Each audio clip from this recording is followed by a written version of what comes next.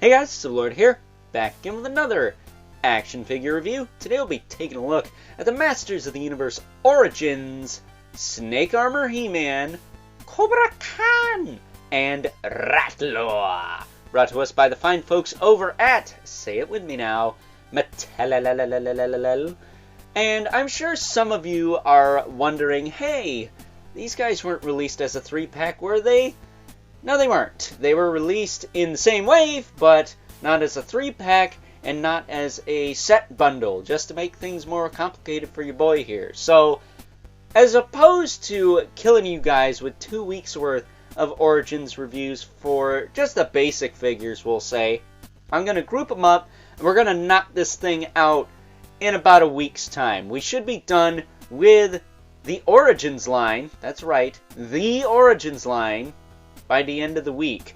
And I say that because Mattel announced at San Diego Comic-Con this past year, 2023, for those of you watching this in the future, that the Masters of the Universe Origins line will be moving to Mattel Creations and will be replaced at retail, quote-unquote retail, with the Filmation and or Cartoon Classics collection, I think is what they're calling it. So characters like Cyclone, Extendar, hopefully Too Bad, Dragstorm, Blast Attack will hopefully be available on Mattel Creations, readily available, we'll say, in 2024. But hey, there's still 1 month left of this year, right? So anything can happen. But with that being said, we got 3 figures to talk about here, so I'm going to shut up. I'm going to cut right into the chase, get into the meat and taters of this review.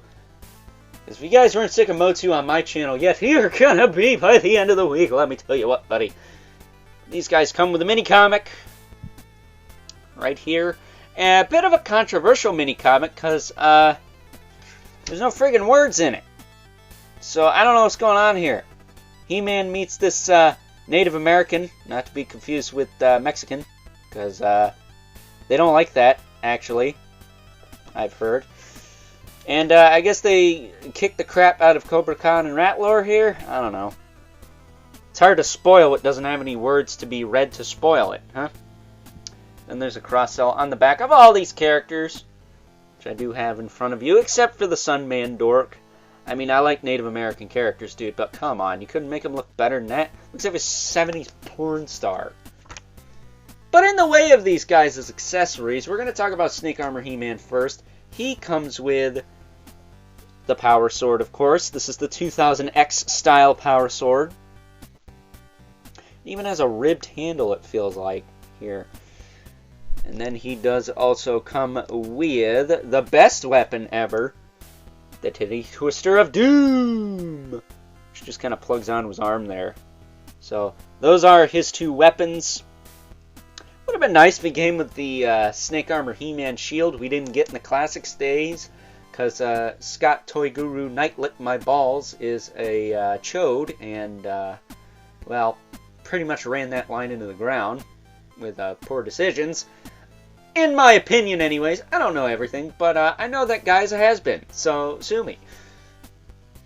But bringing Snake Armor He-Man in for the close-up here, I do have the 2000X He-Man handy for a bit of a comparison, a premature comparison, because with these videos, I'm going to keep them relatively simple, and we're just going to bring out Brother Mandibulith and Spawn towards the end of the me blabbing about them. So we're going to keep things hopefully short and sweet for you guys, so you don't have to suffer, at least not too long. I want you to suffer a little bit.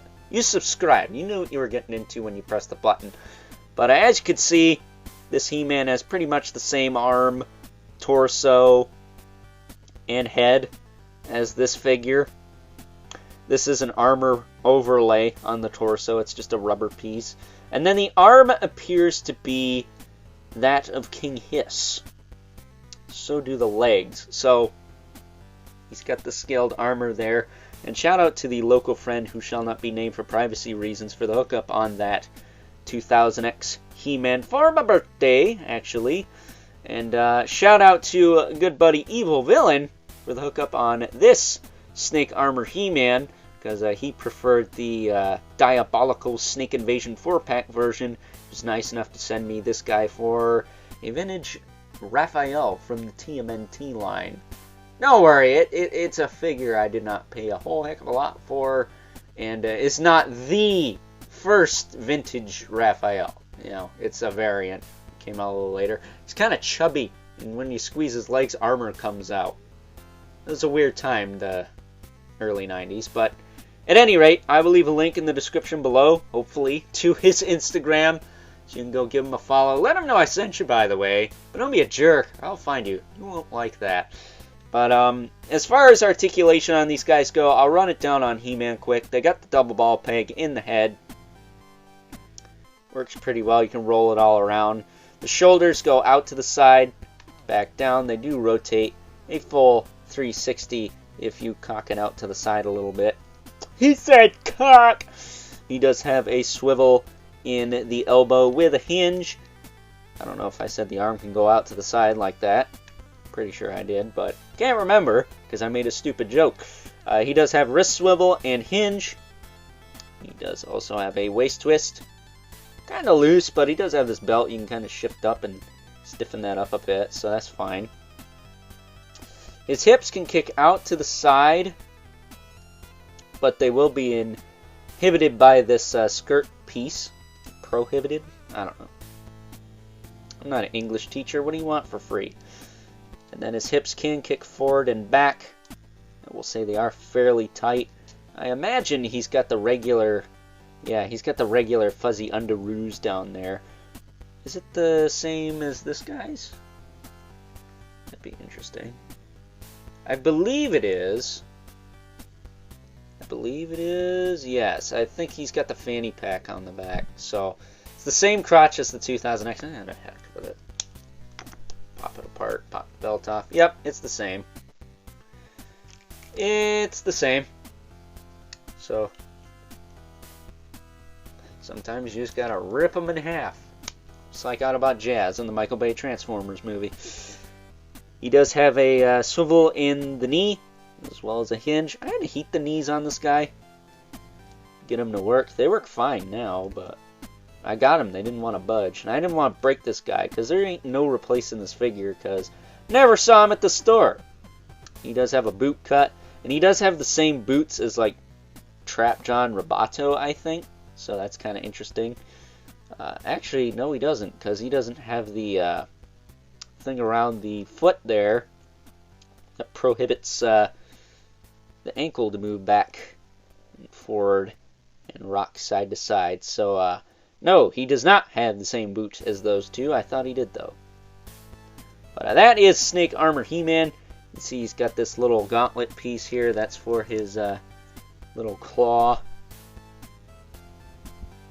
Plug in like this.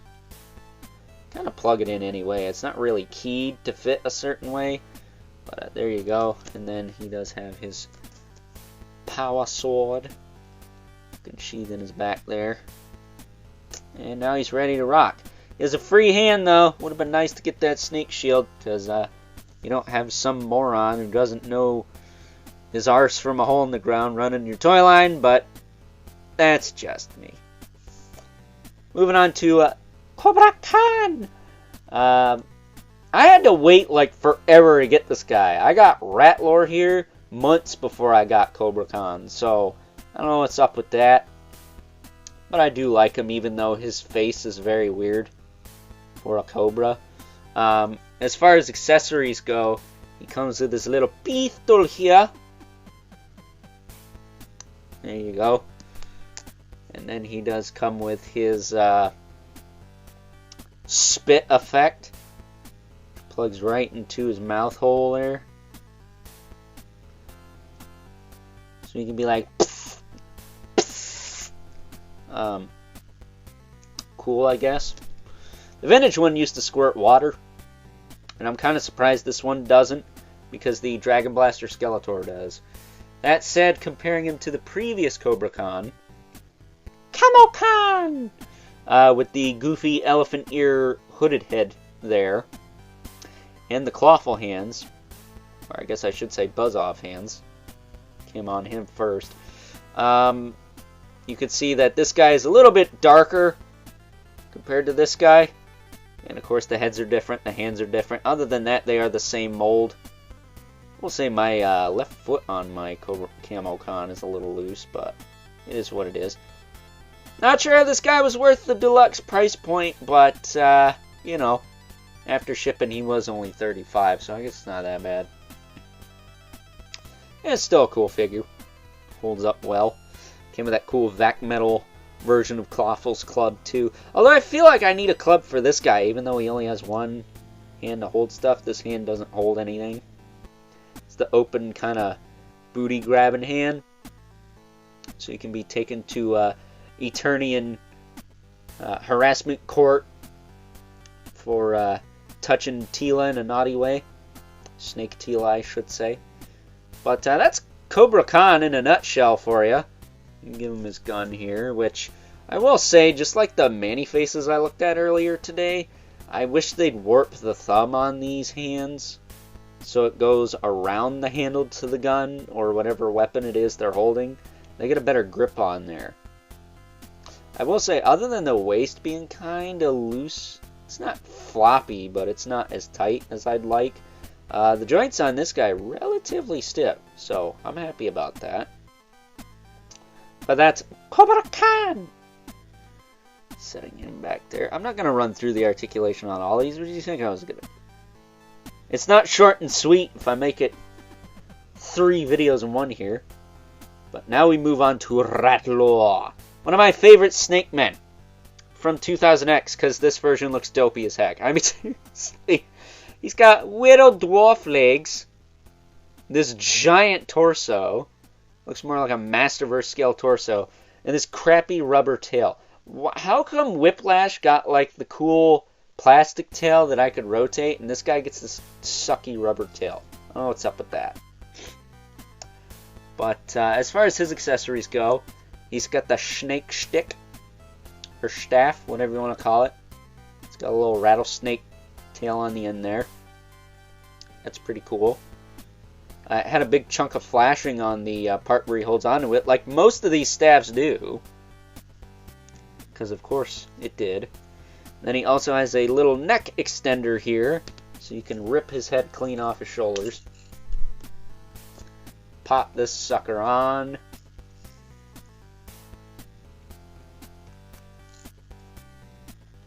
Attempt to, anyways. I think it's on there. And then you can pop on his head. Now he's got an extending neck, which seems to be a thing a lot of the Snake Men can do now. Like Rattlehood could do it. I think Terror can do it. I almost think there's another figure that can do it. It's not as cool when everyone else can do your thing, bud. That, and I kind of feel like they could have put this in the torso as like the gimmick, because the way the tail is and how big the torso is.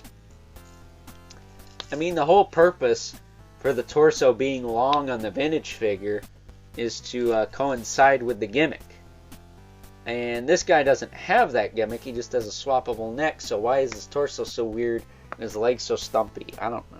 I would have rather they just reused some of the King Hiss parts here, like the arms and the legs. Just done that. Made them match. Because I think the look of these arms, especially on the Fangor figure, it's pretty cool. It's got that scale effect, but it's not, you know, little short legs. I mean, look at that. They're about waist to waist. And you can see that Rattlor's legs are about a foot shorter than King Hiss's, so very weird there. Should also be worth mentioning that Rattlor is also a maraca. A cucaracha, a cucaracha. This figure's freaking weird. There you go. You can shake him around. I do believe his waist pops off, even though he's... Yeah, pops off pretty easy, actually. So, there you go. And it's not loose. But, yeah, that's Rattlor in a nutshell for you.